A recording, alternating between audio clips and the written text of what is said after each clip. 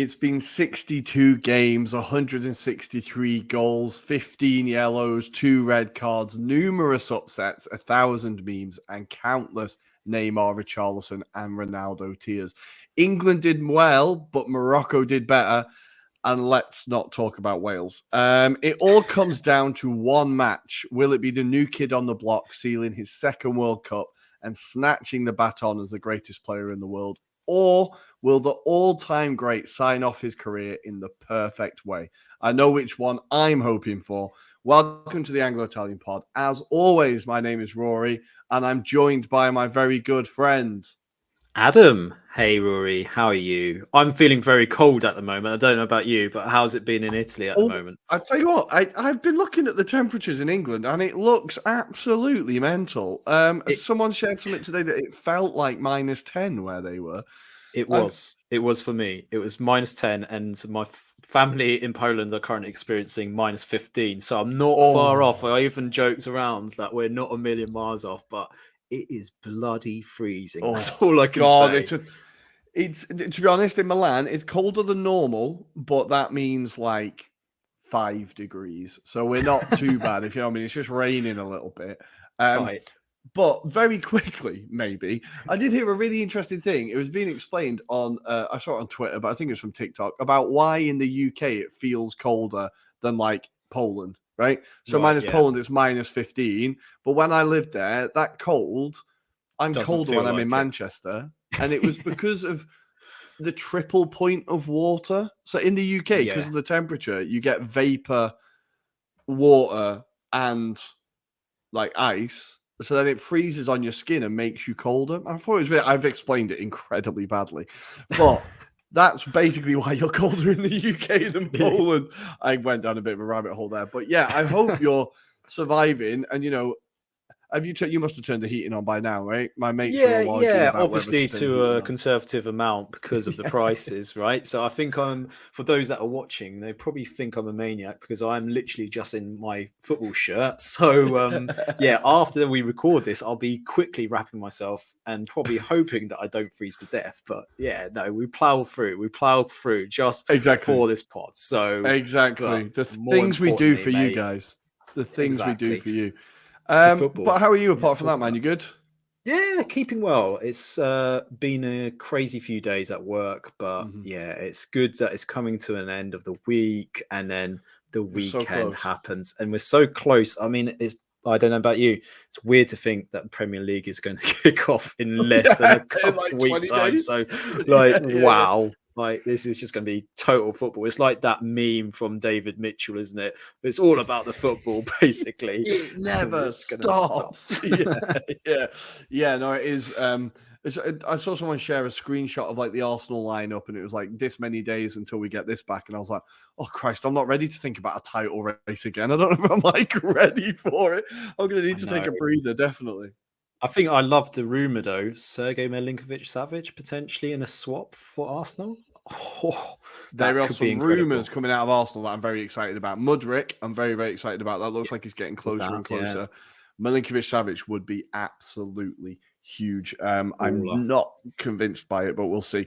But today on the show, what we're going to be discussing, we're going to be talking, of course, Croatia crashing out against the Argentinians.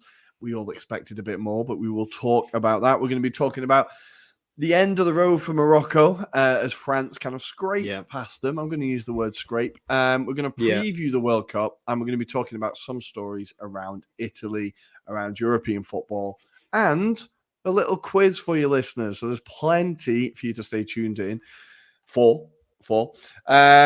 We are going to start with, in Italy, there's been a few stories come out this week.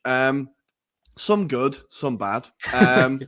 Let's start with the bad story, I think.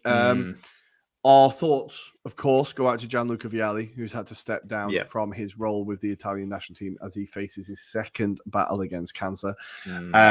All we can say is, Gianluca, you've got this, man. You've done it once, do it again. We all want to see you back on the sideline. I think the one of the few positives I could find in Italy beating England in the Euros final was the moment where Mancini and Vialli, two players who would feel that they should have achieved more on the national team as players, two people who were able to, as best friends, celebrate that incredible moment where they just burst into tears and kind of embraced, was a really, really beautiful moment. And living in Italy, you see quite a lot of Gianluca Vialli on the TV, and he just comes across as such a nice guy, and he's really well respected. So we really hope to see him back in the game again.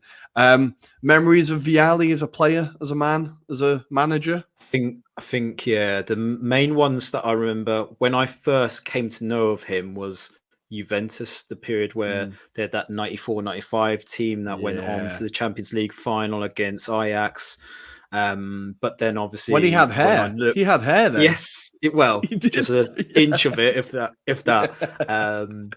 But I also remember hearing the stories of him just casually having a cigarette as he was like going out of the training ground or something like that. So he was one of those chain smokers of back in the day, right? But then obviously his move to Chelsea, I think that kind of revolutionized that Premier League era, because up until that point, obviously Serie A was the destination for a lot of players, and for someone of his caliber to come across to obviously play in the Premier League, I think he helped set like an expectation around like how it should be played in the Premier League, and certainly helped evolve maybe a bit of tolerance as well towards foreign players, because up until that point, I think there was kind of a discrimination towards foreign players, especially in the Premier League. Yeah, one of the first of that wave, right? When the Premier League really started to become international. Yeah, so our thoughts are with you, Gianluca. Dai, you've got this. We will see you again in the game, we hope. But we need to move on to the good story. The good story? Let's call it. Yeah, I think it's good news. Pablo Mari has returned to training with Monza after that horrific mass stabbing that took place in Milan. He is now back in training. He's hoping to be back on the pitch to help Monza stay in the division, in which, well, here's the other story. Here's the twist. Silvio Berlusconi. He has given a hell of an incentive to his players. Now, the word he used is quite interesting because I've seen it kind of translated in a few different ways. So he promised the players a busload of prostitutes if they managed to beat one of the big boys. But the word he used was troia, which is like a really horrible word in Italian, kind of like slag, or it's really, really a horrible word. Yeah. So it's even worse than it's been translated as now. The reaction to this has been very. It depends if you're a man or a woman in Italy, I think, on how you've reacted to this. A lot of kind of guys have been like, "Ooh," and then a lot of women have been very, very angry, understandably. I don't know what like from the outside, your views on Silvio Berlusconi before I go about maybe on the inside kind of view. He is that old granddad that just says racist things in the corner, but in Italy, he's just. I don't know. He comes out with this stuff, doesn't he? And he gets away with it. That's ultimately what it is with Silvio. He's got the money. He can say what he likes. Not that it's right, but certainly the way he came about it. When that story came through, it's just like you almost kind of laugh, but you kind of go, Silvio, why did you say that in front of like media as well? Like typical Silvio. It has to be all about him, right?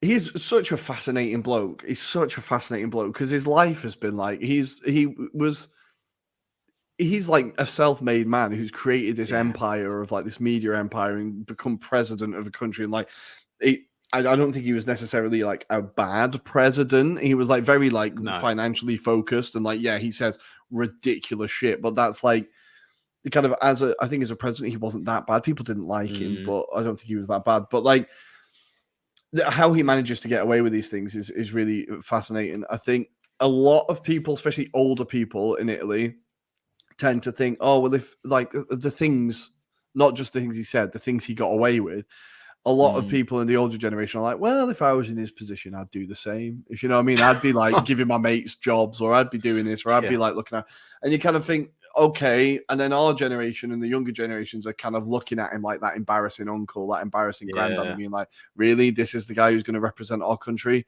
This is what people see us as on the international stage. And I think some of the charm that was there in the 90s, early 2000s has definitely worn off. The fact that he's now like just a president of a football club and not president of the country, despite his best efforts, is probably quite telling. But just, it's a very Italian story. And it's the second I saw it, my eyes rolled so hard. Like, oh, I can imagine. It's like, it just, not again. Not again. I always remember the comment he made to, who was the player who played for Portsmouth and Milan? The midfielder. Sully Montari. Sully Montari. He made a joke to Montari about his wife and like, can I borrow your wife for a night? Or like, there was like, but it's on, like, it's in this documentary and it's like, oh my God, the guy just, incredible. But yeah, so there you go, Pablo Mauri. Another incentive to get back out on the pitch if you're that way inclined. But listeners, we are going to take a quick break and we are going to go for our World Cup. I was going to say Euro review or penultimate World Cup review. We'll see you on the other side. Hi, I'm David Wheeler, and you're listening to the Anglo-Italian podcast. And here we are. It's time for the penultimate World Cup review. And there's only 2 games. Today I was sat and I was like, oh, do you remember when there was 4 games a day? Do you remember those halcyon days? How great was that? Seem a bit lost now, don't we? Just lost. This is it. There's nothing to fill our void until next week when the Premier League kicks off. Until it all starts again. But I was genuinely like, oh, I've not watched a football game in a while. Do you remember when there was 4 a day? Anyway, we have 1 left, and we've just had 2. I think they didn't quite go how we expected. I think our predictions were kind of, we said that one of them would be a bit closer than it was. And I think we'll start with that one, right? Let's go for Argentina 3, Croatia 0. Now, as I said on our predictions, I think we all said we expected this to go to penalties, really, and for Croatia to kind of do what they do. It didn't happen. What happened, Adam?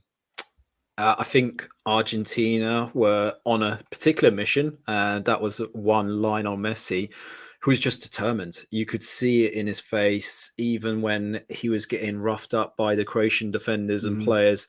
He kind of stood up to them. He didn't really take any shit as he would normally do, I suppose, to an extent. But I felt like Argentina really controlled the match. They didn't let Croatia get into the rhythm. You saw, I would say, an arguably really quiet match from the Croatian midfield. In particular, Modric, I felt, didn't have the same spark or influence on the game. And I think that was quite telling when you see the goals back, because it was like, they were kind of very quick movements, but they were enough to nullify kind of any kind of control that Croatia's midfield could have on the game. And if you look at the Alvarez goal, for example, where from a corner, he just runs. And you can see, I mean, like, people love the fact that he dropped back as a defender, but then for him to counterattack with the likes of, Enzo Fernandez, for example, Molina as well, and he just kind of walks through, like went past Juranovic, who I've been calling out for a few games for Croatia, and then Sosa. I don't know what he was doing on that kind of slice. And there was some really naive defending. It's not what you're used to seeing from Croatia. I think the Gvardiol one with that incredible Messi run, Messi makes him look stupid. I don't think Gvardiol actually does much wrong. No. I think even when he's showing him both ways, and it's just it's incredibleness from Messi. But I think the first goal, especially some very, very naive defending, and it's just again not what you're used to seeing from Croatia.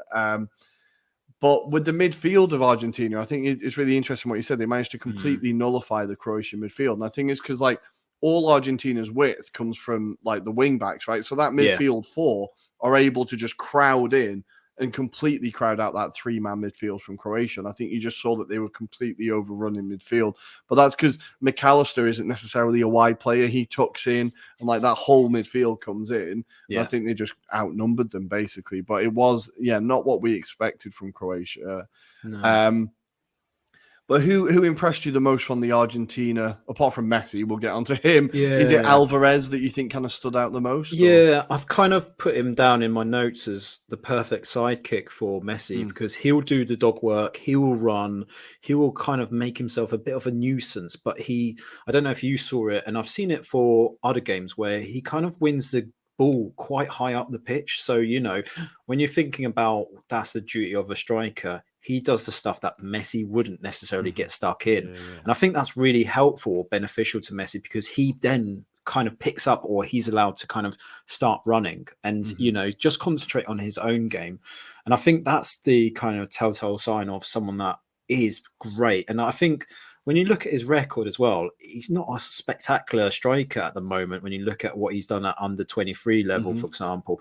And it's a bit of a surprise to see him when you consider the likes of Lautaro Martinez and Dybala's on the bench. But it's that kind of willingness. And you can see that the guys around him appreciate that effort. And like I allude to, he was back doing his defensive duties for the goal that he did score, where he kind of bundled it into the net, essentially.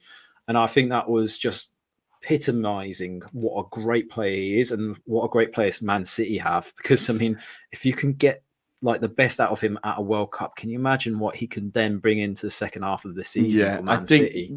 This is like a signing that like Man City made it, and I don't think they expected him to be in their squad this quickly. I think he arrived at the training camp and at the training ground, and Pep was like, "Oh damn, this guy's ready," and this guy is really ready. I think even for City, when he's come on or when he's appeared this season, he's kind of got goals, he's got assists. Exactly, he's had an impact for City this season already, so he was in good form coming into the World Cup. I think.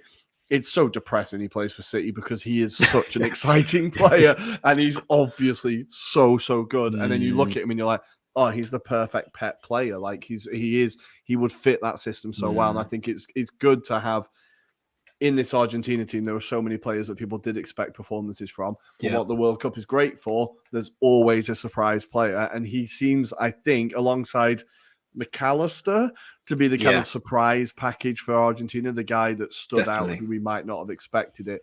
Also Acuna, I think, at the age of 31, I was expecting him to have such an impact.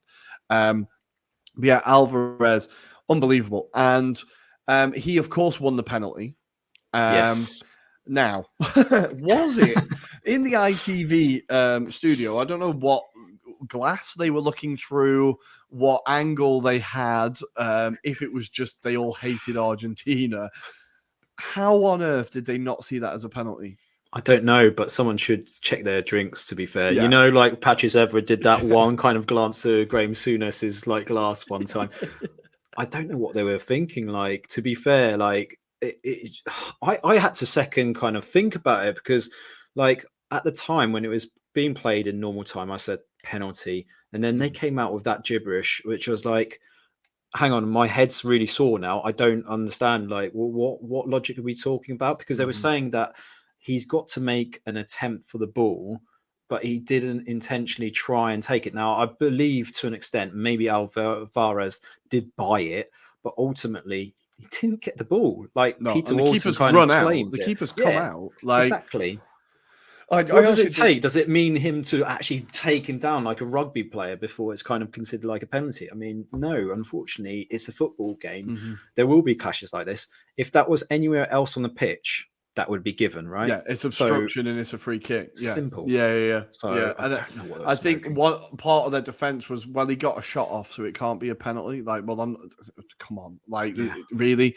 I feel like sometimes a lot of pundits are just being contrarian to be contrarian. Like, oh, we've got nothing to talk about this half. Can we just say that wasn't a penalty? Like, I don't know. It felt a bit like that. I think Gary Neville has come out of this tournament with really weird PR after this tournament. I think it's like a lot of people's view of him has shifted quite a bit, but that was a confusing one. But of course, we cannot talk about this game without talking about Lionel Messi. Not only was it an incredible penalty, I don't think he could have got it any more in the corner if he'd have tried. What a penalty. Have you seen the footage of the fan who filmed the run for the third goal?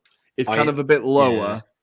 Right. And it is just the perfect view of that Messi run. That is like, if Messi finishes that himself, that's equal to the Maradona in 86, right? That is an incredible run. Is it the third goal or second goal? It's the third goal. It's a third goal. Yeah. That was so an incredible run. Just how have we seen him hit another level this tournament? It feels like he's gone up again, right?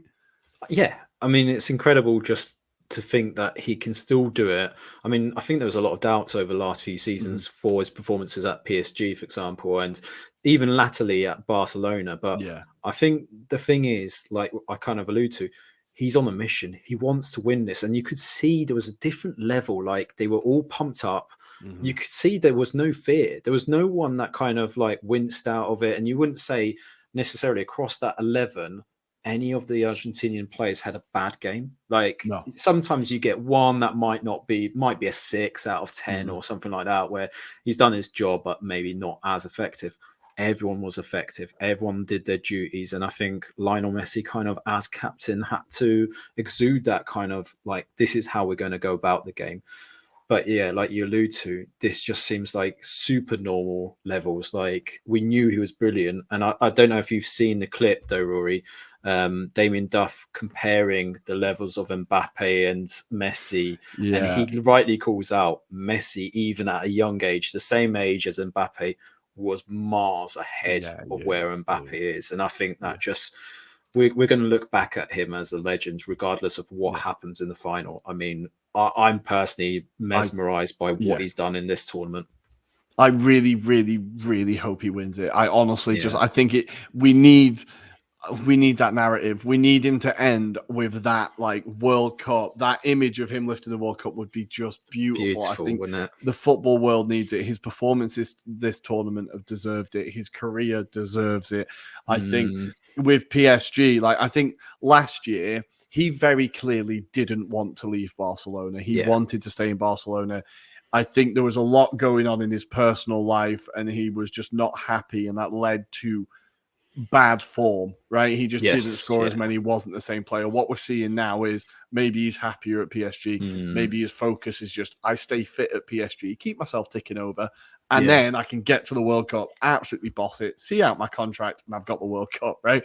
I think like it's one of the, but you can just see the freedom that he's playing with, and that team that is able to like, kind of like the 86 team with Maradona, the team that is willing to sacrifice everything for that player. He is that good that we will do whatever it takes for him to be able to do what he does. Because it's not a flashy Argentina team. It's not a like flair kind of like Morocco, like nutmegging and spinning and all that.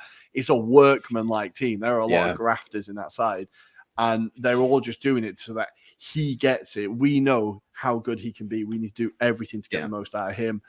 And I think he also is able to get the best out of everyone else. If we look at like Ronaldo and his leadership style and Messi, you can see that Messi actually, his relationship with Martinez seems beautiful. Like he appreciates the other players. He knows that as much as he's like the most important player in quotes, that each other player to him is as important, right? And that's like, you can see that like it just seems like a squad, and he's a key part of it. And I think it's really been great to see, because people were starting to doubt him and people were starting to say, you know, maybe it's over Pessi and all that. But I think he's absolutely shown them that they're full of shit. So it'll be great to see him in the final. It feels like the stage that we've all been waiting for him to get there. And this time, no Higuain to ruin it for him, right? No Higuain. He's not going to miss those chances. No, that's for sure. That is a bonus. But before we move on to this game, from this game, I also wanted to shout out Scaloni as well. I think as a manager, that first game losing against Saudi Arabia was huge, right? It kind of feels like massive. A lifetime ago. But he straight away recognized the weaknesses in the team, saw what was wrong. Players like Tagliafico and a few other players have not got near the side again.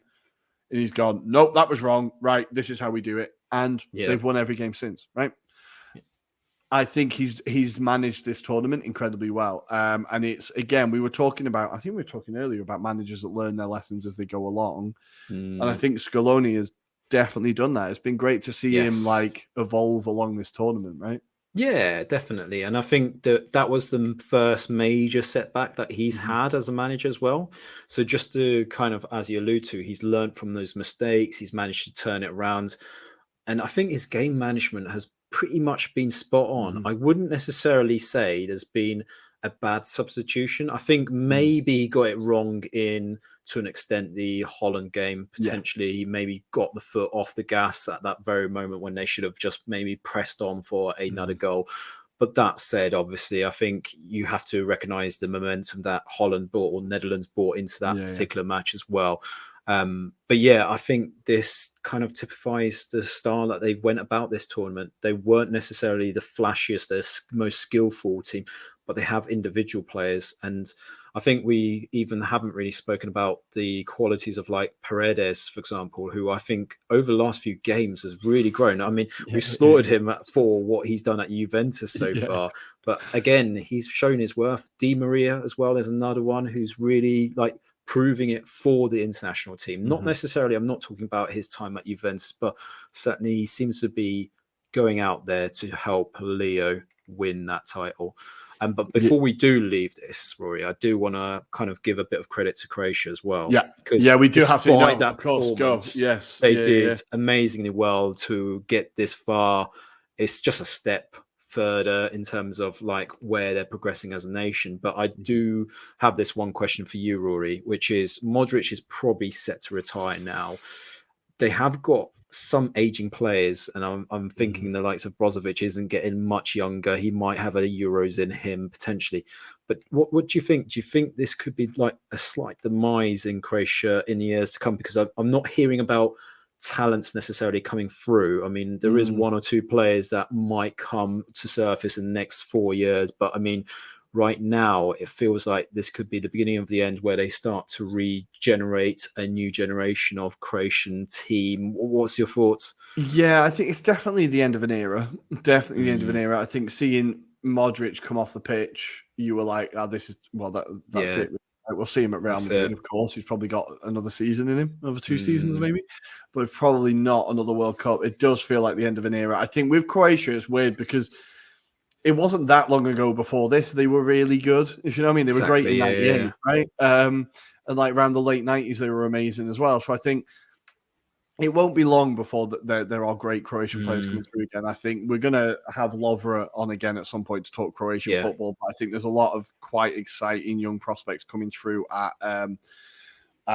Hajduk Split and Dinamo Zagreb, the usual places where they come from. I think there is a kind of a new generation, and maybe the Euros, you're right, we'll see them come in next World Cup. Maybe they'll be like, the first real test for them. But I think it's definitely the end of an era. It'll be interesting to see who they replace Modric with. They're lucky that like Brozovic is only 30 years old. I think Kovacic is 28, 29. Yeah. So there's definitely like those two have still got maybe 2 more tournaments. Right, exactly. So I think they just need to get that someone else. The problem is you're never going to get a player like Modric again. No, but exactly. Like, if they can get someone who can do one of the jobs he does, then maybe they'll be okay. Right. But I think, it's for Croatia to get a final and semi-final in back-to-back World Cups is incredible. They could still get third place. I know no one gives a shit about third place playoffs, but finishing third would still be a good match still. Yeah, exactly. I think it could be because Morocco will really want that as well, by the way. Yeah, exactly. So I think it'll be really, it'll be interesting to see how Croatia deal with this. I think their manager, the important thing for them is that Dalic stays, really, I think, for him to like continue that to keep that continuity, because he's been arguably their greatest manager ever, right? And he has brought through these players and created this system and set this culture. I think it's really important that they keep hold of him and trust him to bring through the young players, because I think that's what he did that's what he did at the beginning, was bringing in these players. So allow him to continue to do that. And I think in the Euros, Croatia will still be a dark horse. We'll still be talking about them as dark horses, I'm sure. What do you think?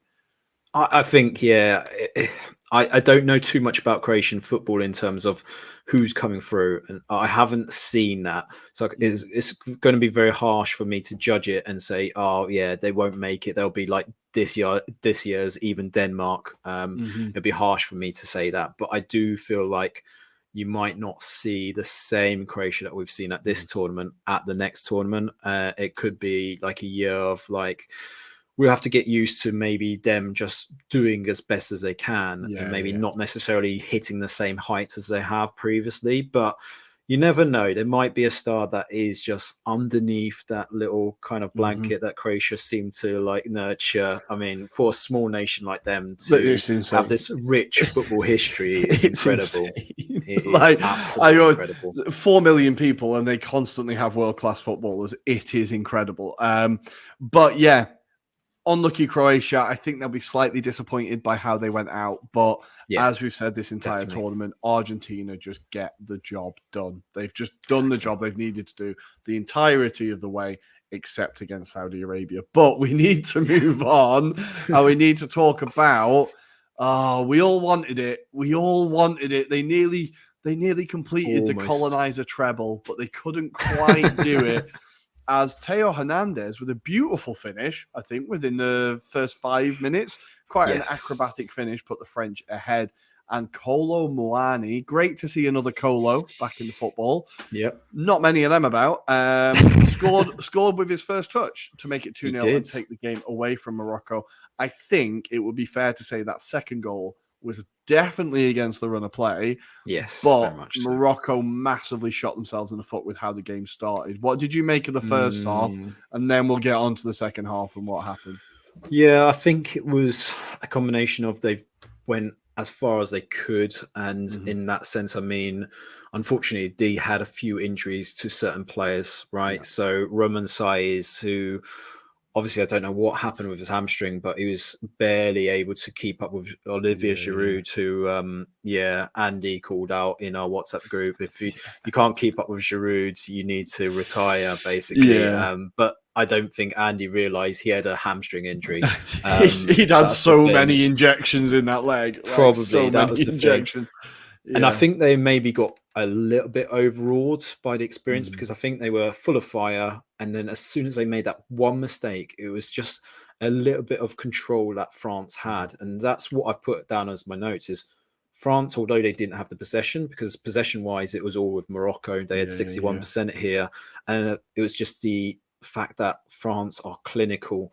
And that's what I said about the England match. They are just able to switch it on for the moments that count. And that's the thing with this performance, even though Morocco had opportunities to bring themselves back into the game. And I think that still kind of gives that hope to Argentina that I think there is a team to get at if you can unlock it. So essentially, I mean, if you think about the left-hand side, Mbappe doesn't do the defensive duties. Theo Hernandez, I feel it can be exposed as well. So I think there's an opportunity there. In the middle, they're still a little bit exposed there as well. I thought Konate had a really good match, despite the fact that Upamecano couldn't make it. And I think there's question marks also around Fofana. He obviously stepped in for Rabiot. Rabiot's got this basically cold flu symptoms that seem to be going around their camp at the moment, which I think Rabiot's had a fantastic tournament up until this point. Like, and you think, how big could that be in terms of influence? Because he's kind of a player that's gone under the radar, but he goes about his job really nicely. He scores important goals as well along the way. And I don't feel that when you've got Fofana playing in that role, he contributes in the same level. And I think that was exposed in the England match as well. Tchouameni struggled a little bit in this match as well. And I think that's credit to Morocco as well, because I think although we're saying Morocco really started this match really badly, they got back into it. I remember there was that opportunity in the first half where Boufal I think, should have got a penalty in the first half where he gets hacked by Theo Hernandez. I don't know what your thoughts are to that. That was a really baffling one where he got a yellow card, right? I'm not sure how Boufal got booked for that. I've watched it again several times and been like, I don't know. I think Theo was ridiculously lucky there. That could have been a penalty, if anything. Yeah, I think it was. Absolutely crazy. But I think Morocco, you made a good point with the first goal. I think they still did manage the game really well, because when I saw they went 1-0 up, 1-0 down, I was like, oh, this is going to be like 4 or 5. This could absolutely spiral. And I think other teams that they do spiral, but Morocco didn't. And what they also did was show that not only are they able to play this incredibly counter-attacking football that's got them this far, but they're able to do the other side of it as well. And when they do have the ball, they're able to control possession. They're able to keep a team back pinned in their own half. Now, I know, again, France were quite happy for them to do that. And we're very much like, right, you just play, we'll make sure you don't score. Exactly. But I think Morocco was still able to create many chances. They definitely should have scored. The beginning of the second half, I'm not sure how the ball didn't go into the net. There was the overhead kick that Laurie saved, right? It was a ridiculous save. I definitely jinxed him because I said he's washed and he's been absolutely incredible. But I think Morocco showed another side to their game. They showed a real that if the occasion calls for it, they're able to absolutely dominate the ball, play great football, and create chances. I loved that even when they were 2-0 down, they were still nutmegging French defenders and making them look very, very foolish. No matter what, we're going to continue with the street football. You better believe that. So I think it was still incredibly entertaining to watch. I felt really bad for Aguerd, another injury again that they really could have done with a player who obviously was desperate to play. Tom, friend of the show, West Ham fan, was desperate for him not to play because he's barely played for West Ham this season. He's like, please, can we just get our centre back? But I think, the squad was kind of decimated a little bit. But an incredible performance. But again, France, like you said, so clinical. 2 chances, 2 goals, on to the next. And I think this is what makes the final so exciting, is it's actually 2 pretty clinical teams. Both the teams, when they get chances, they tend to score them. As long as it's not Lautaro Martinez, they tend to score them. But for France, there's one more player we decided we wanted to talk about, and arguably player of the tournament, Antoine Griezmann. Jesus, what a player! I know, and I know he's been an incredible striker, right? And he's been he's achieved great things, but I did not see him as this number 10 box-to-box Metsala kind of all-rounder, and he's been unbelievable. I think this game might have been the best game of the tournament he's had. Arguably, although maybe against England. I'd say maybe England. No, I think this was better. This was better because I think Griezmann could, under different referee, been sent off in last game against England. So I think this was better. But like you say, he's reborn. It almost feels like, remember when Rooney dropped into midfield? Yes, he has that tenacity, but he didn't have that same elegance that Griezmann is displaying. It just seems to be like he's just become this new role. It's incredible. Just because when players are kind of at that twilight where they realize they haven't got the legs, they can't do what they used to do, they drop back naturally, but they're not the same player in terms of what they could contribute in terms of the game. But he seems like you wouldn't have known that he just played in up front. You'd going, wow, he's an incredible midfielder. And it's that defensive work that he does as well, which intrigues me, because I was like, wow, actually, I'm starting to appreciate this guy a lot more now. Barcelona, if they fucked up here and lost out on a really good player, it would be very like them. I was going to say it's quite an interesting kind of problem there's going to be now, because I think Atletico definitely weren't keen to pay the amount they'd agreed for the loan fee, right? They were definitely a bit like, are we going to pay this much? Barcelona were desperate to get rid of him, and now all of a sudden they're going to be going, do we keep hold of him? But you know what happens? Barcelona keep hold of him and they play him up front, not in the position he's just played for France, and it all completely crashes. Well, I think technically that deal is done. I think they sorted it out. They did sort it out in the end. So Atletico did have to pay for his services, because if you remember, there was that stupid clause where it's half an hour basically. So I mean, it'll be interesting. Simeone's got another way of playing him, right? So he doesn't have to play him up front now. He could play him. This is the interesting thing, because I think we've seen players away from Simeone with the shackles off, like João Felix for Portugal was completely different to what he's been at Atletico. And you're like, oh, maybe Simeone needs to. Well, he's never going to change, is he? But maybe he needs to take a look and think about how he can use these players. But Griezmann, incredible for France. in a role that nobody saw. But is there to be a surprise for the final as Benzema is now fit and available for selection? He is going to be with the squad. Yes. What happens? What happens? You can't drop Giroud and be like, Benzema's back, right? I can't see that happening. I think Julien Laurent kind of speculated that this was more so he could get a medal at the end of the day. It was more that kind of thing. But he was also surprised because he was under the impression that he's in Real Madrid, he's just getting his fitness back up, and he probably has no interest of coming back to the French national squad. So it's a weird situation. I kind of joked about it. Will we see him in a full kit and do a John Terry at the final unveil? Could we? Yeah. Could we? Wrist bandaged up and everything. Yeah. Exactly. But I think this match, though, thinking about it now, so obviously France versus Argentina, I've got this little bit of a dilemma for you because Mbappe's got a lot of criticism because he doesn't do his defensive duty.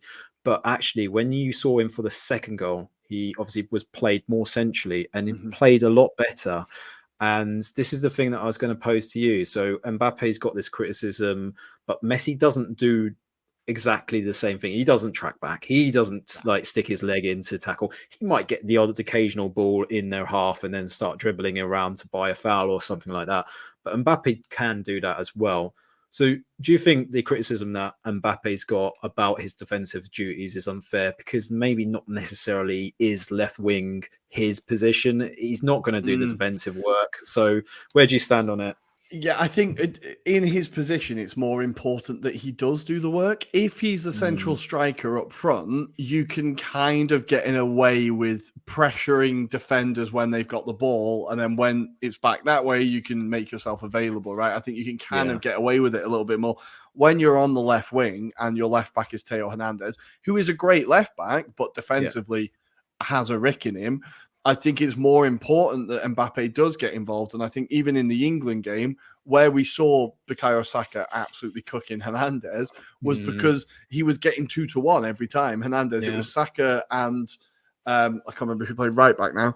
I can't remember, but they were both, and Kyle Walker. They were kind of, as much as Walker kind of dropped deep a little bit, they were doubling up on Hernandez. And it's key there that your left winger does drop back and do the job.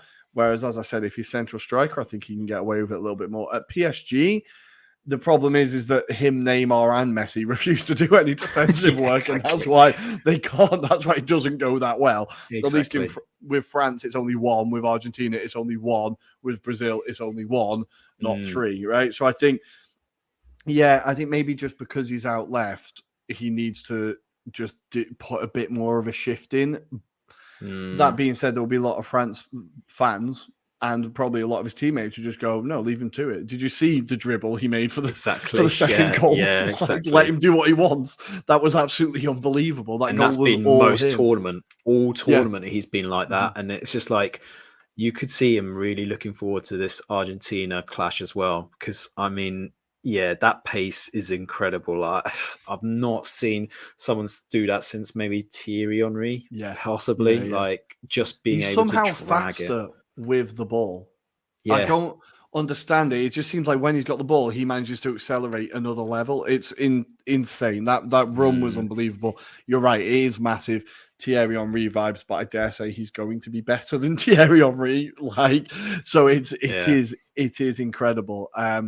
It's going to be a hell of a final. Messi versus Mbappe. Two questions. What type of game do you think it would? Do you think it will be a good game? And how do you see it going?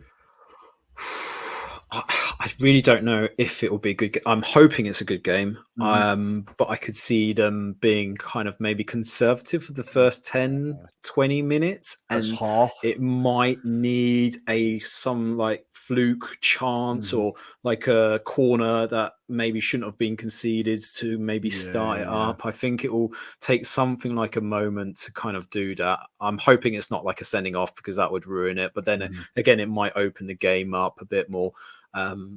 yeah, I'm really fascinated about how the approach will be taken by both managers, because Deschamps hasn't necessarily changed it up in terms of the approach. He's kind of kept it fairly similar kind of formation and maybe different personnel.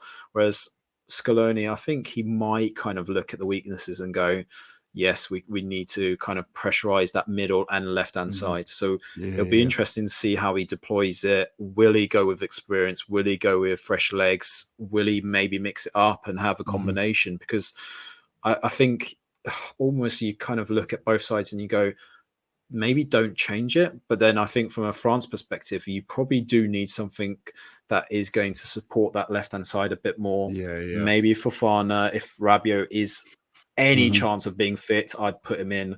And maybe, I mean, I think defensively, they're still a bit suspect in the middle. But yeah, what about you? I think it's going to be a cagey first half. These finals always are. I think it's going to be like 0-0 at half time, and then maybe an early goal in the second half will wake it up. I don't think it's going to be. Finals are very rarely classics. Exactly. But I think you're right. It's going to be tactically. It's going to be interesting because, as we've seen, France are quite happy to sit and let another team have the ball, but they're also quite happy to dominate the ball if needed. And I think Argentina are kind of the same. So it's going to be interesting to see which team chooses to be the protagonist, whether both of them decide to go for it or both of them decide not to go for it or one decide, if you know what I mean. I feel like both teams are capable of playing both ways. So it'll be really interesting to see which manager or which team has got the balls to be like, right, okay, let's go. I feel like France like to start games quickly. So maybe we'll see them with like an initial burst and see how they do. Like, I think they have started games in general quite actively, even if they haven't scored that much. I think they do have the potential to kind of start games a bit more proactively. But I think it'll be interesting. I still think Argentina will do it. I've had a feeling since the beginning of the tournament. I got them in the sweepstake with my mates, so that would be nice. I feel like it's kind of been written in the stars for Messi to do this. Yeah, I feel this is the way it's going to go. Hence the Argentina shirt for those that can watch as well. But yeah, it has a certain name on the back as well. So yeah, Mr. Messi's on there. And yeah, I'm hoping just for nostalgia reasons that he gets to lift it. And I might even frame a picture of him lifting it and have it in my background. That would be, I think, just for like a cult hero status. I feel like that cements him. Like, I don't know, it's superlatives, right? Yeah, it was summed up by that Argentinian journalist. I don't know if you saw her interviewing, I don't know her name. Her name hasn't been included in the tweets, rather disgracefully, but it was really beautiful how she talked to Messi. And she was like, look, whether you win this tournament or not, every kid in the world or every kid in Argentina has a shirt with Messi on the back, whether it's real, it's fake, or they've made it themselves. Like, the imprint you have had on people's lives is much more permanent than the trophy you will win. Like, no matter how this result goes, you are the greatest that's ever done it. And I think it was a really beautifully well put thing. You could see it meant a lot to him. And like, it really was. He was like, oh my God. I think I love him. I love it. And like, he's a player that I'm going to go back the second he retires. I'm going to be watching his highlights and his goals forever. I just think he still has the ability to excite me when watching football more than any other player. Yeah. Where and even going back to like whenever Arsenal got Barcelona every bloody year in the Champions League, you were like, oh Christ, we've got Messi. But I get to watch Messi. This is like, okay, he's going to kill us, but you get to watch him. Like, and I think it was always that like that excitement, that like, even remembering when he first came through. I remember the 4-4-2. I used to get 4-4-2 every month. And they asked Ronaldinho, are you the best player in the world? And he said, I'm not even the best player at Barcelona. And he was talking about Messi in the academy. And you remember that. And I remember like watching him as he came on for his first game in La Liga, and he scores straight away and like jumps on Ronaldinho and just being like straight away, who the hell is this kid? And ever since, he's just been the best player on the planet, the most exciting. And just, I hope he does it. I really hope he does it, because I just think for him to be rightfully alongside Maradona, like it just needs to happen. It needs to happen. Yeah, definitely. I can't say any more than you've already kind of summarized there. I mean, we cannot wait for Sunday, right? just has to happen a lot quicker than like the next 48 hours. That's for sure. Please don't let the French be the first modern team to win back-to-back World Cups. Nobody wants to see that. Boring. Right? Nobody wants to see it. Just for the French guy who pissed me off in the pub in the semi-final. I do not quarterfinal. I do not want him to be happy. But that is our final preview. We're going to take a quick break and we're going to come back with some more stuff. Hi, my name is Dimi Konstantopoulos, and you're listening to the Anglo-Italian podcast. Here we are. It's time for any other news. Taking a look kind of beyond the World Cup, back towards domestic football, with a little look over our shoulder back towards the World Cup at the end. We like to keep you on your toes, listeners. We like to keep you on your toes. And starting with the any other news, we're kind of looking at, we've not mentioned him yet, this pod. We've managed to not mention him, but it is time for the Michniewicz update. What is the latest in the Polish soap opera? I'm not sure how you say soap opera in Polish. Yeah, it's fine. It's fine. We won't go into that just yet. We'll do that as a separate pod. But for now, Michniewicz ball. So he has taken to Twitter and blocked journalists as well as anyone that's written a negative about him from his Twitter accounts. To the point, we've got an ex-Polish footballer called Artur Wichniarek, who I know from his days at Widzew Łódź, but he's also been in Germany for the likes of Arminia Bielefeld, etc. And he posted on Twitter to say, Czeslaw, let's hug it out. Why have you blocked me? Basically. So the rumors are still rife. There is no replacement for Michniewicz, but Michniewicz could still be the coach. We don't know. But the latest is Shevchenko is a preferred option at the moment, which I'm a bit depressed at because he would like to take 3.5 million back home in wages per year. And I don't know if you know too much about this, Ruairi, but it definitely doesn't sound like he does a lot of the work. So his assistant, Massimo Tassati, who was the Italian coach with him at Ukraine, he did a lot of the tactical work with the Ukrainian team when they did well in the Euros rather than Shevchenko, which is the face of it. Even Zbigniew Boniek recently took to a Twitter saying, why would we want to fund someone that is just a face for Polish football? Like a Steven Gerrard kind of deal, right? Yeah.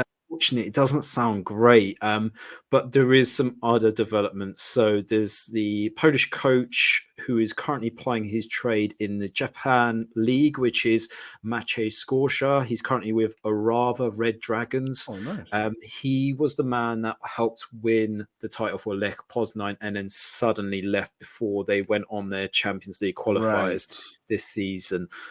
He's a fancied manager because he plays football in the right way, shall we say, in a better way than Michniewicz has. So it'll be interesting. Bielsa rumors are still there. There's Harve Renard, who is kind of softly hinted that he would still be interested if the opportunity was there. So again, potential's there. But then we've got this really random link, which is a Croat by the name of Nenad Belica. Again, he's an Lech Poznań coach. And he currently plies his trade with the Croatian side Ostrich. I don't know if I pronounced that right, but he's previously been at Dynamo Zagreb as well.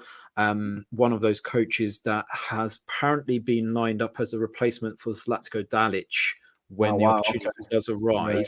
He's kind of said to Polish press recently that he wouldn't say no to the Polish national team if he was offered it, but if the Croatian job came up, he would jump all over that.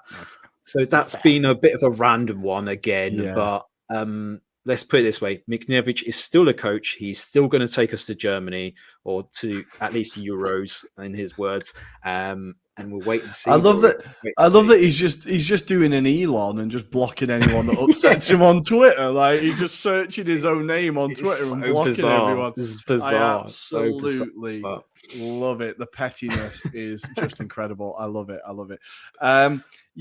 We will keep you up to date on the Poland management position because I feel like this one's going to rumble on for a while. This is not going to be over any time soon. But we do need to take a look towards Serie A.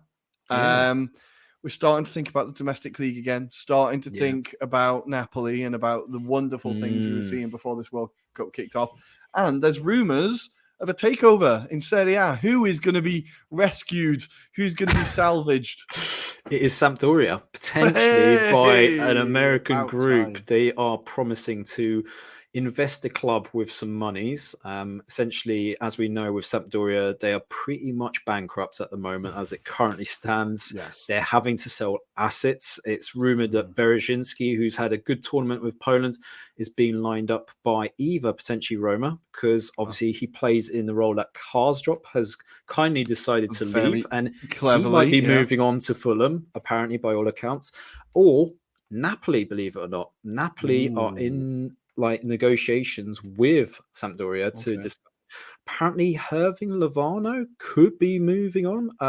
Lozano even. That could be an interesting kind of transfer movement. But then also staying with the theme of Napoli, we have to talk about Zaniolo, who we probably didn't give it a credit a few weeks ago. But yeah, there's rumours of a £30 million move. Now, Rory, we did speak about it a few weeks ago when the rumours surfaced. What's your thoughts on Zaniolo? Zaniolo is such an exciting player and just a great player, but he's now suffered 2 ACL injuries, and he can never stay fit for that long. And I think for Napoli, a 30 million is about the maximum I would pay for him. I think I'd be like, okay, that's reasonable. Yeah. If we get 10, 15 games out of him a season, that's very good. He'll probably get you 5 goals, 5 assists in that time. Like, he is a very, very good player. It's not an obvious one for me for Napoli, but that being said, Spalletti is very good at getting the best out of players. Yes. I think Zaniolo and Mourinho aren't necessarily the best buddies. So maybe it's a kind of time for Zaniolo to move on. It'd be an interesting one. I don't know, because even the whole way he ended up at Roma was that weird Nainggolan deal with Inter. Yeah, exactly. Inter gave away the most exciting prospects, but I wonder why they did that. And he creates a lot of headlines off the pitch, fairly or unfairly. I think he's targeted in the media in Italy as well. They do want to talk about him. But I think, he has a lot of baggage. I don't know. It wouldn't be my obvious bet for Napoli. Also, I spent quite a lot of money on Lozano and my Fanta Calcio. I really hope he doesn't sod off. He's been really good for me this season. I'd be quite happy for him to stay there. But for Sampdoria, that's great news. I think that's really great news. They're a club that's been mismanaged for a very long time. And they're going to be in Serie B next year. Like, whoever's buying a Serie B team. But it will be good to see. Genoa needs those football teams back. Genoa were kind of bought out, and Sampdoria, if they could get them back in Serie A, it's a great footballing city, great rivalry. It would be good to see them back where they belong. We also we kind of touched on Roma. Stories coming out today of Mourinho managing Portugal and Roma at the same time. He's doing a football manager save. And I thought the one thing that this World Cup has been missing is Mourinho. That's the one thing he's been missing. He's been so quiet as well. He hasn't said anything controversial. He's kind of let it be, basically. And obviously Santos has now officially left his role of Portugal. So it now opens it up. I don't know about you, but I think Roma are probably a bit pissed off with these kind of rumors because they're kind of thinking they were just building something. I appreciate Mourinho isn't necessarily a man to build a future on, but I mean, he did help them win something, right? So I think they're probably just like, I don't know, what's the compensation if we did it part-time? But then also I think like the amount of traveling the guy would need to do, and would he be reliant on certain people to do like the scouting of players? I mean, he's going to know players, right? And I'm not disputing that. And then the other point we have to bring up is the footballing style. We know with Mourinho, they've got a certain style to play. This Portuguese side probably aren't necessarily molded in that role. But you know that he wins something with Portugal. He would win them something, right? He would. There's no way he takes over Portugal that, or he would do something terrible and make it explosive to the point that Portuguese football is ruined again and never recovers. But I mean, the problem is, I was even thinking this: if you don't go for Mourinho, do you go Villas-Boas? I like Villas-Boas. I think he deserves a chance. And I was thinking for Poland, I'd love him actually. I'd love him because I think he'd bring a certain style as well. he got an unfair rap at Spurs, I think, and that kind of ruined his reputation a bit. Chelsea, and I think he kind of got treated unfairly everywhere he went. Really, Marseille was a bonfire because of the fans. That club is always a bloody bin fire, and I think he was at Zenit and won stuff there as well. I think he's actually a very good coach. I think they could do a lot worse, but I do have a feeling this Mourinho story isn't going to go anywhere. I think he could do both, and it would be interesting to see. I would love to see Mourinho just taking pot shots at people in international press conferences. You're taking shots at other managers. You never see that. Mourinho is going to be like breaking ground in international football. I think it would be fantastic to see. I hope it happens. I really hope it happens. Nice. Other transfer stories, other stories for one us? Last one. It's Juventus. We have to bring the Bianconeri into this, obviously. If it isn't about scandals, it's about players that they want to buy with magic trees. Jakub Kivor is rumored to be the preferred option in the January transfer window. Left-sided midfield or defender, should I say? Obviously, a long-term replacement potentially for Bonucci, who we've been saying is a bit leggy of late. Could do a good job with Bremer. Obviously, beside him, I would see that as being a good partnership potentially. I mean, Kivor has a lot of suitors in Italy. Milan is another one, which is rumored to be linked with a clause that Milan have over Spezia, something really to do with a transfer that they've done where they get first dibs on players. So that was one. But obviously Napoli is another one that's there. So there's a lot of the top teams there that are looking towards that. And just quickly, also, it's an interesting one that sparks in my head. Marcus Thuram linked with Inter. That was a very interesting one. And obviously Dumfries potentially going to Arsenal, I saw today as well, for Tomiyasu in as a straight swap, which could be incredible. I mean, I don't think Inter will accept it, but then it depends on the finances, right? Because I think that might play a part. But I mean, what's your thoughts to that, Ruairi?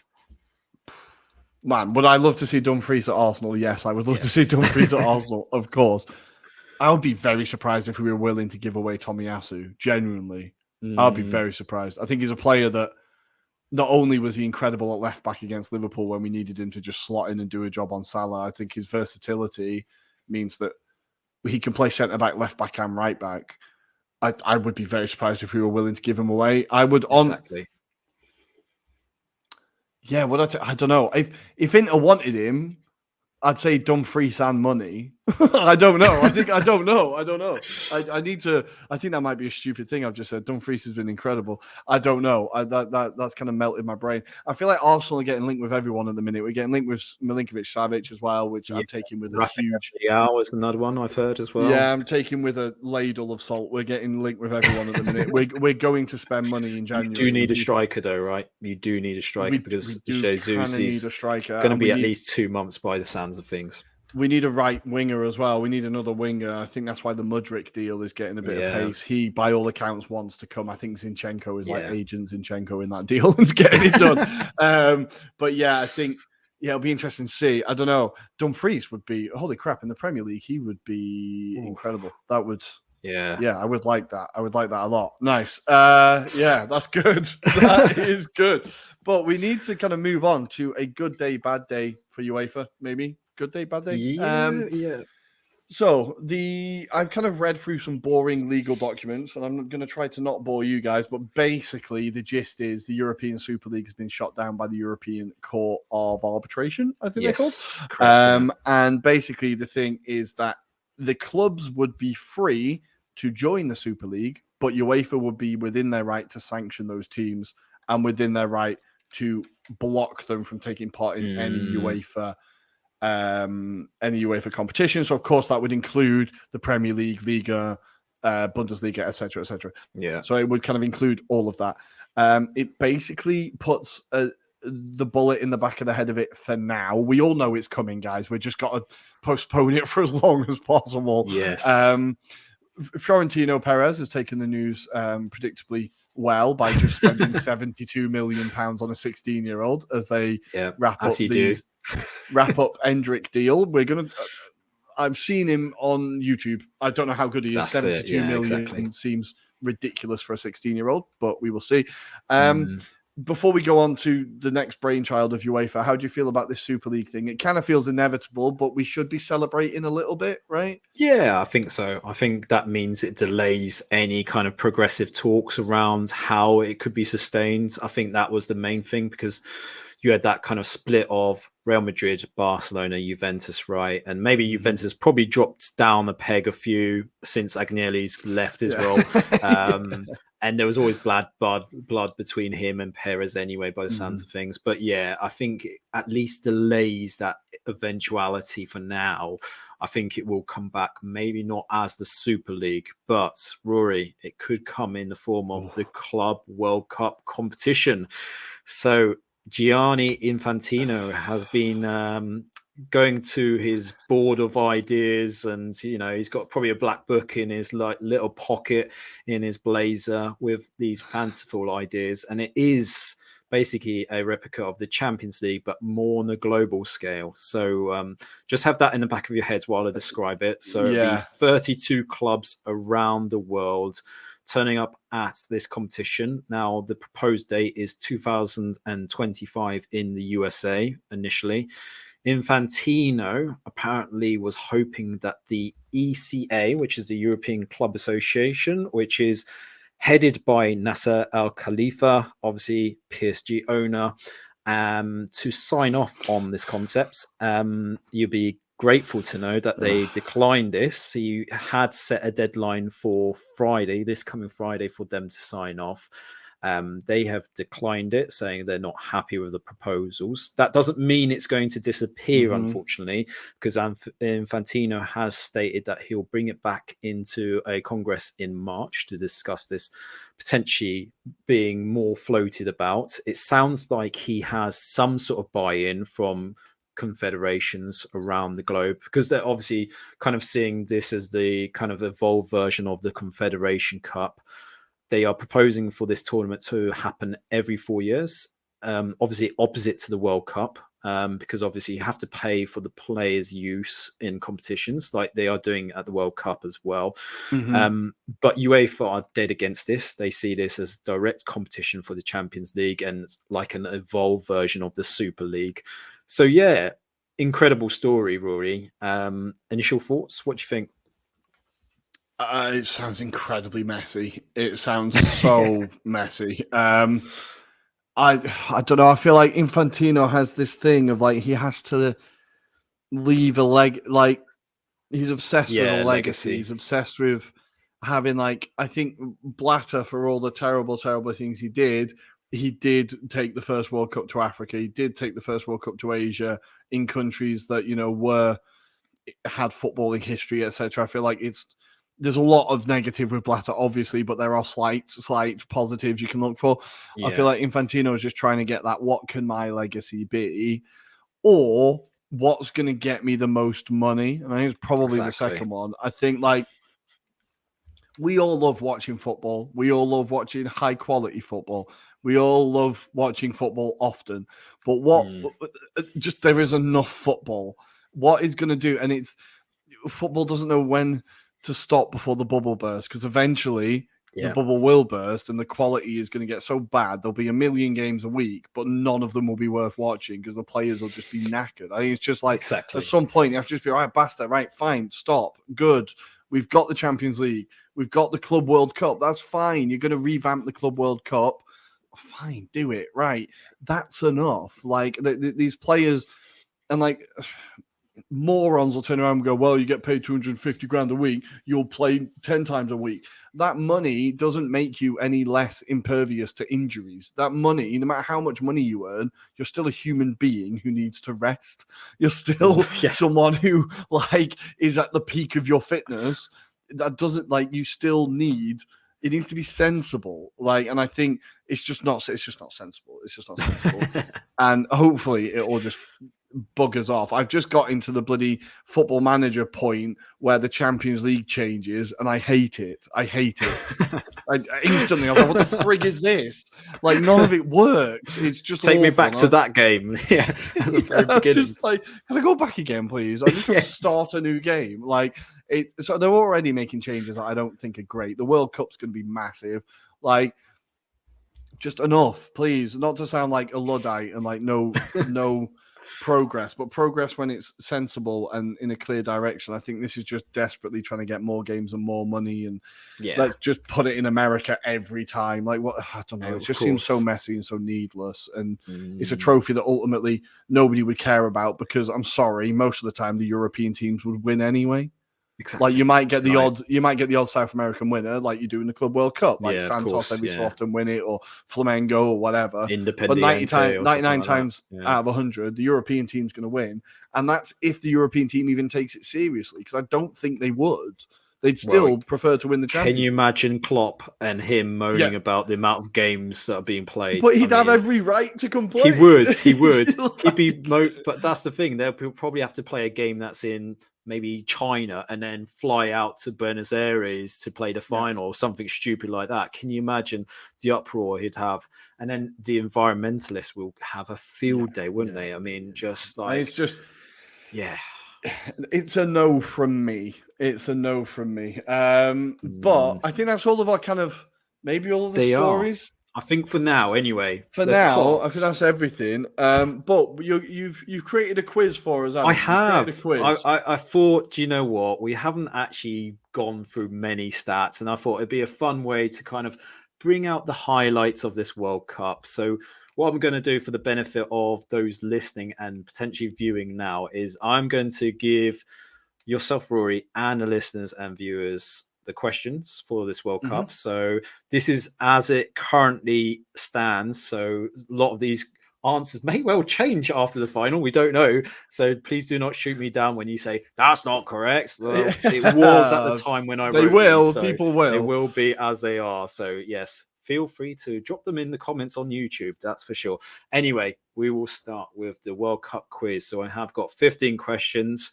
And what I'll do for the benefit is just go through the questions and then I'll re-ask you, Ruairi, to get your thoughts. So obviously you get a bit more thinking time, hopefully. And those that are watching, maybe listening, they could maybe pause it and then search it and then go, yeah, I got 15 out of 15. Yeah, all right. But try and play it honestly. That would be amazing. And just share your scores. That would be, impressive. Anyway, question number 1. Who was the first player to get sent off in this year's World Cup? Number 2, how many own goals have been scored at the World Cup? Number 3, which teams recorded the fewest wins at the tournament? There are 5 in total. Number 4, 3 players set a record for most appeared player over 5 World Cups. Name them. Number 5. Who has won the most Man of the Match awards so far? Number 6. Who is the oldest coach at this year's tournament? Number 7. Which ex-player and now coach appeared at 4 World Cups for his country? Number 8. Which squad at the World Cup only comprised of players that played abroad as opposed to players in their home nation? Number 9. Who was the youngest player to have played at this year's World Cup? Number 10. Who was the oldest player to turn up at this World Cup? Number 11. Who scored a hat-trick at this year's World Cup? Number 12. What is the biggest margin in terms of victory at this year's World Cup? Number 13. Who has scored the fewest goals in this year's tournament? Number 14. Which 2 teams have scored the most at this year's World Cup so far? And number 15, which player has the most goals and assists at this year's World Cup? So there's your 15, Rory. I will go through them again. Got some answers. I did see your face a few times, and it did seem to wince a few times, but we'll try and plow through. So you've got a bit more thinking time. Right.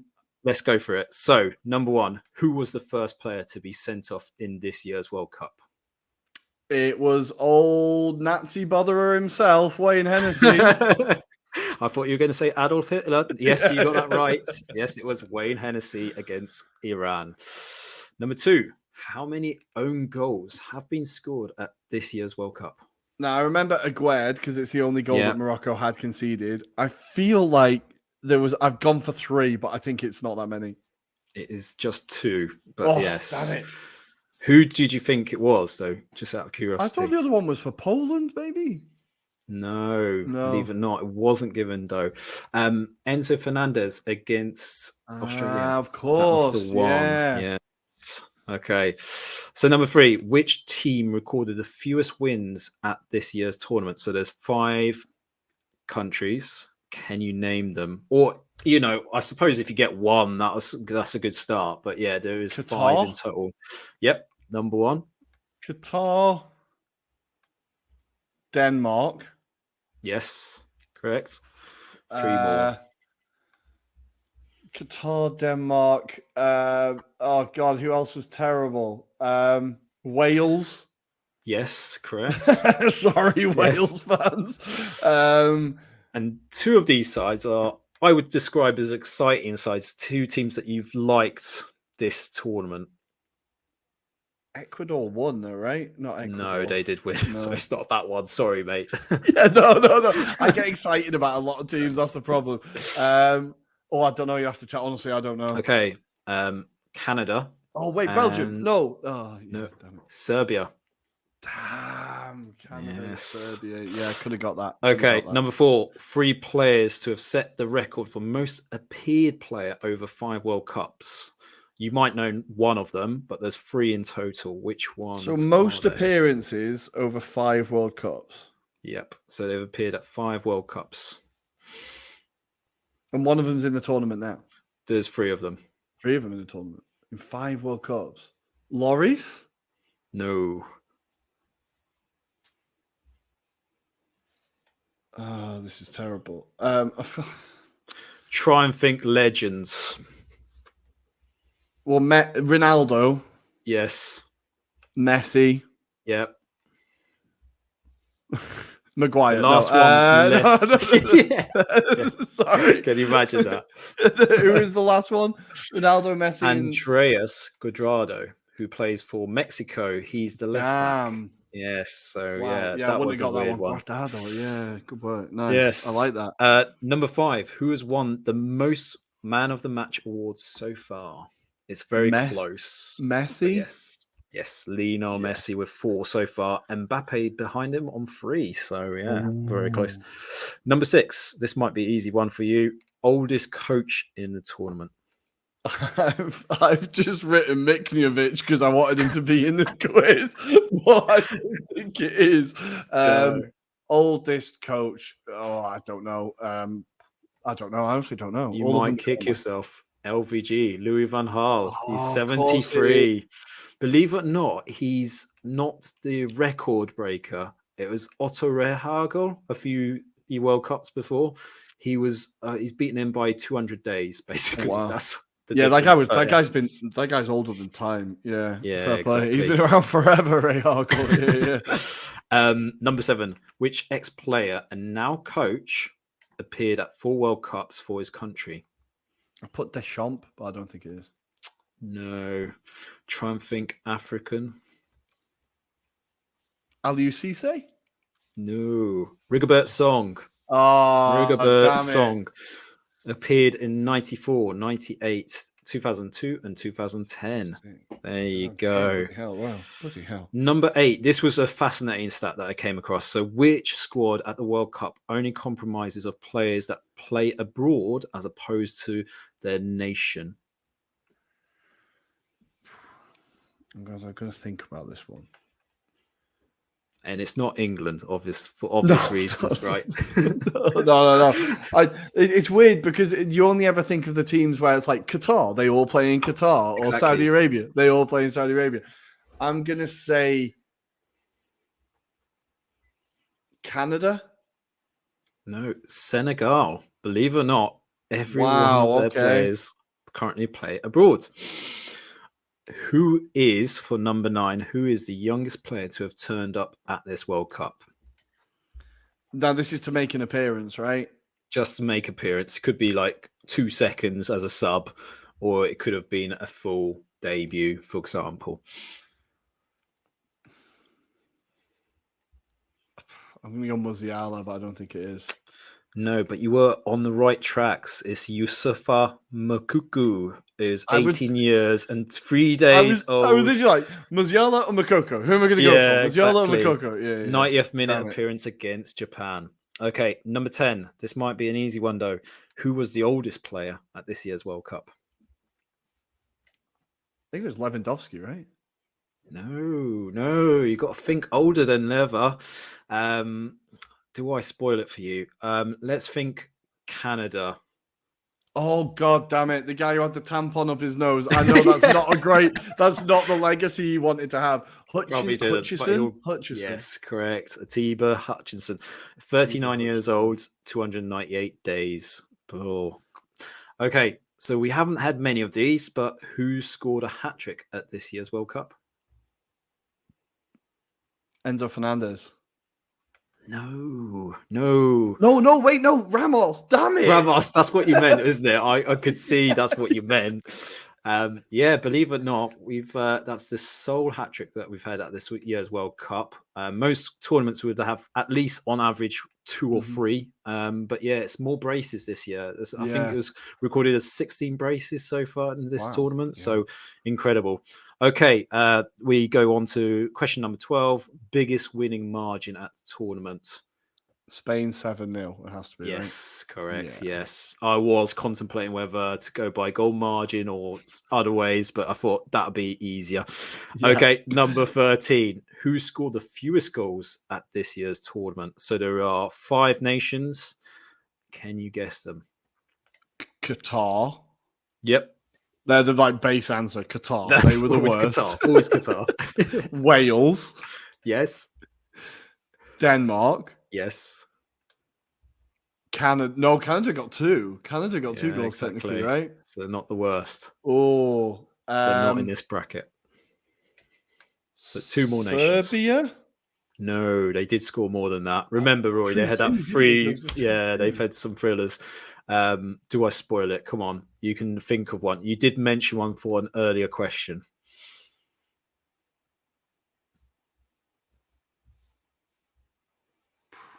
Senegal? No. Okay, I'll tell you. Tunisia is one of them. And Belgium. Belgium only scored 1 goal, and it was the 1 win they had in the tournament. Number 14. Which team or 2 teams have scored the most at this year's World Cup so far, as it currently stands? Spain. Ooh. Okay. England. That was my That's one. Guess. That's right, one. okay. Yeah, that's definitely England one. and Argentina. France. Got the wrong team. It. Wrong team. It's France, unfortunately, Rory. And then the last one. Which player has scored the most goals and assists at this year's World Cup? So he's got a combination of goals and assists to his game. Messi. Exactly, yes. Yeah. Do you want to guess how many assists he's contributed so far? So obviously we've mentioned one against Morocco, not even Morocco, Croatia, sorry. But yes. And against Netherlands. Yep. I'm going to say 5. No, it's 3, believe it or not. 3. So he's not that good. But yeah, 3 assists and 5 Come on, goals, Messi, step it up, mate. Yeah. So yeah, 8 in total. So yeah, that is your quiz. Wow, hopefully you've enjoyed that. That reminds you I love a quiz. Of all the highlights, right? I love a quiz. Could have gone with attendances, but I thought I wouldn't bore you guys to death. So yeah. But yeah, reminding ourselves of that amazing tournament in Qatar, right? So it has been incredible. But unfortunately, as incredible as the tournament has been, we need to kind of remind ourselves at what cost this tournament has come. And a horrific story coming out of Iran this week as 26-year-old footballer Amir Nazar Azadani has been arrested for protesting and has been sentenced to death. Now, there's not really much we can say about this story beyond that. We talked about the bravery at the time of the Iranian teams when they refused to sing the national anthem and when they were forced to sing the national anthem, and how it put other countries' kind of willingness to protest to shame. All we can say really is that we hope the international community steps up and does something here, not only just about this case, but about Iran in general. I saw some awful video on Twitter today of a guy being interviewed who had been sentenced and asking about his last wishes, and just the horrific things coming out of that country. Somebody needs to step up and do something. I just think this is a story that links it to football, and hopefully football fans like us and podcasts and mainstream media and everyone can try and shine a light on this so that something's done, because it's just, you can't really say anything, can you? It's just horrible. It's just awful. It's horrible. It is absolutely horrible. And you think it's taken a footballer to kind of maybe highlight what's going on in Iran right now. And it's a shame to some extent, because you think there's probably been lots of people that have suffered so far. But if anything, we've got to, as FIFA, as a footballing community, please highlight this story, because there's so much that's going wrong in that country right now. And I hope that this is a start where we can maybe change the angles down there, because certainly no one should have to face the consequence of, death for just defending what is essentially basic rights. And it shouldn't be a case of you're defending women's rights to then have your life taken away from yourself. So that is horrendous. And I'm hoping FIFA actually acts on it as well, and maybe sends like a stern kind of message to this country to say, look, if you want to be considered as part of the global community, you can't be doing acts like this. And like maybe just demands like that would be a nice kind of thing for Infantino to do. I mean, he's been showboating about being the big man at this tournament. Be a big man here. You feel like you're, every nation, be Iranian. Let's try it. Try and see what you can do. I doubt people do it, but I think it's crossed for his life. I think I don't know what to say. Honestly, I don't know what to say. But we do need to also continue our partnership with Cards of Qatar. And as always, we're going to bring you 3 stories of 3 migrant workers who lost their lives in the build-up to this tournament, starting with Keramat Ali. In May 2020, the family brought the body of 50-year-old Keramat Ali to Laksam in the Comilla district of the southeastern Bangladesh. He died due to a stroke in Qatar in April of that year. His wife and 2 children, a son and a daughter, are now struggling to make ends meet. I'm struggling with the interest rates of the loans, and I will soon have to take my 11-year-old out of school and send him to work, says widow Tamina Akhtar. She says that her parents have been able to help a lot, but that it is unsustainable in the long run. Khalida Ramesh. On August 10th, 2016, Khalida Shravan's father had just left his shift. Suddenly, he fell and began to twist in agony. I drove him as fast as I could to a hospital, where they said he had a heart attack. The company for which his father has worked for 9 years paid the last monthly salary and delivered the body. My father came back to India as a dead body in the luggage along with some money. His job was hectic. The car he was driving was old. The engine boiled in the heat, and it was unbearable to sit inside the car. He was only 40 years old, too young to die, says Shravan. And finally, Zoharul Islam. Zoharul's death in Qatar couldn't have happened at a worse time.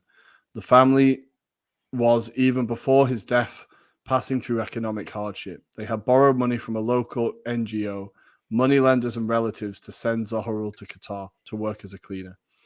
Reena Akhtar, elder sister, and Sharmin Akhtar, younger sister of Zoharul, claimed that their only brother did not have any previous health complications or diseases in Bangladesh.